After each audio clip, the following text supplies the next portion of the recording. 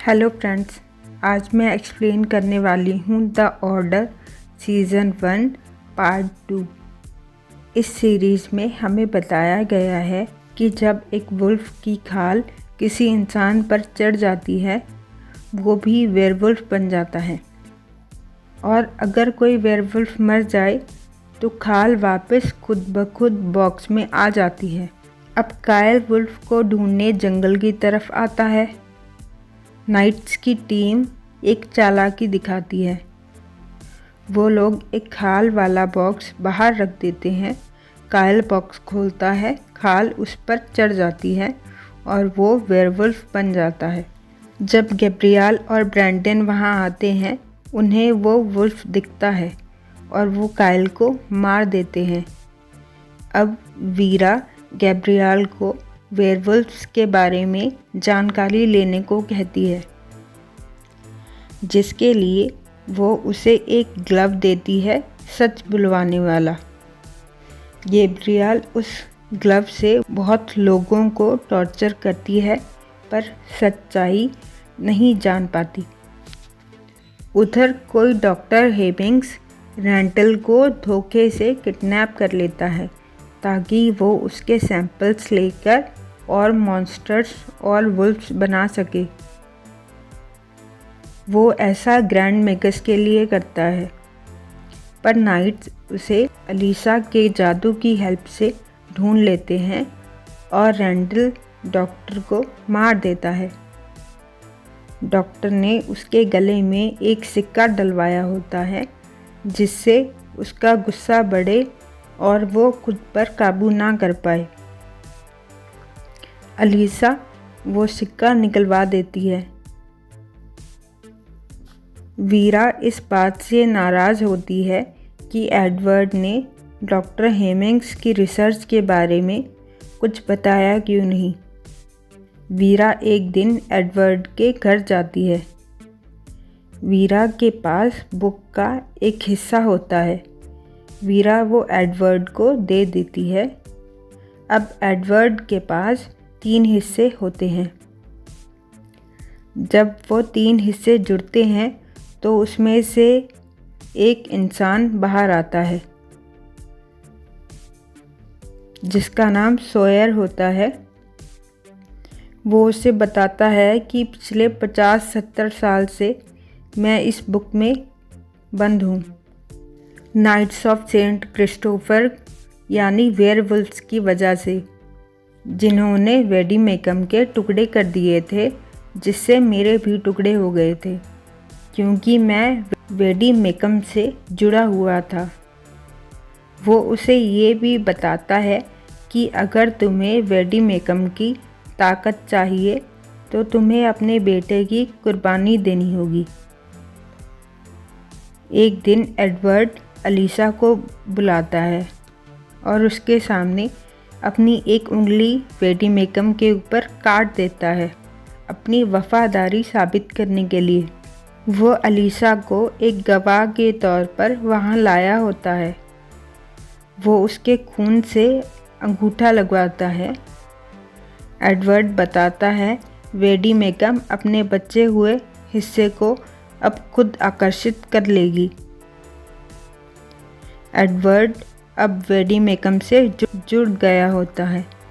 वो अलीसा को बताता है कि अब 3 दिन के अंदर पूरा हिस्सा ढूंढना होगा और सारे जादू टाइम से करने होंगे, नहीं तो वेडी मेकम मुझे मार देगी। अब एक दिन जैक टेंपल में आता है ऑर्डर को छोड़ने के लिए।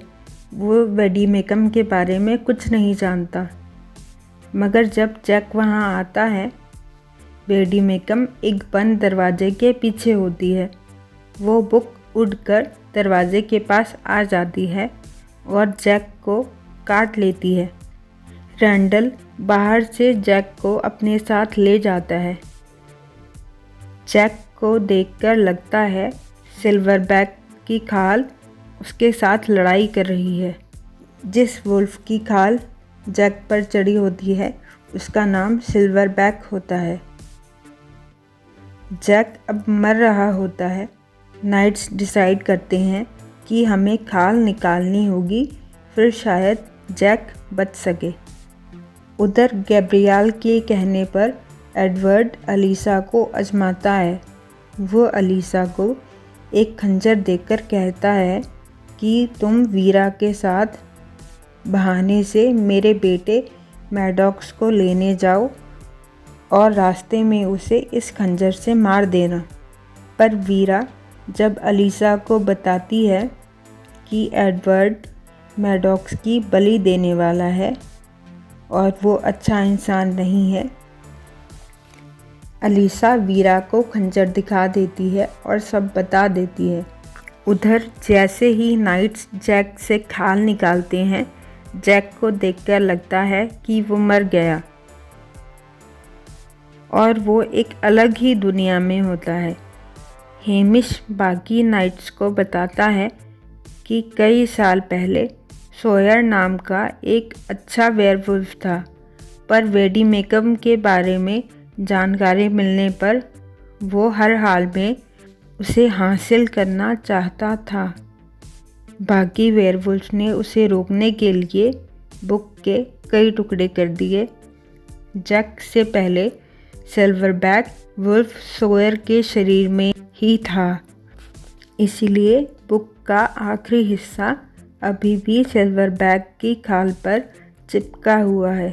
लिलिथ अब उस खाल को बॉक्स में वापस रखने जा रही होती है, पर वो पहुंच जाती है टेंपल में एडवर्ड के जादू से। अब एडवर्ड बुक पूरी कर लेता है और लिलिथ पर एक जादू करके उसे बांध देता है। जैक को अपने मरे हुए दुनिया के सपने में पता चलता है कि लिलिथ टेंपल में है और जैक अचानक जिंदा हो जाता है। अब जैक किसी और वेयरवुल्फ की खाल पहन लेता है। वो लोग सब टेंपल की तरफ जाते हैं, पर अलीसा लिलिथ को बचाती है और बुक लेकर भागती है।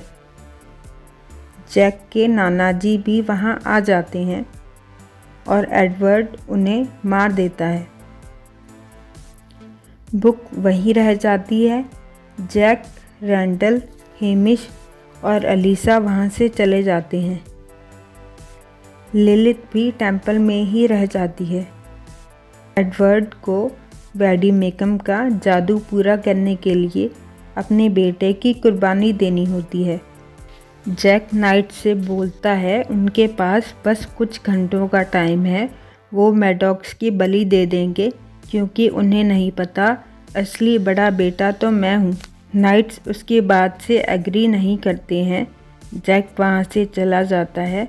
नाइट्स प्लान बनाते हैं कि वो मैडॉक्स को किडनैप करके उसके बदले में एडवर्ड से लिलिथ को मांगेंगे। वो लोग एडवर्ड के बेटे को किडनैप कर लेते हैं।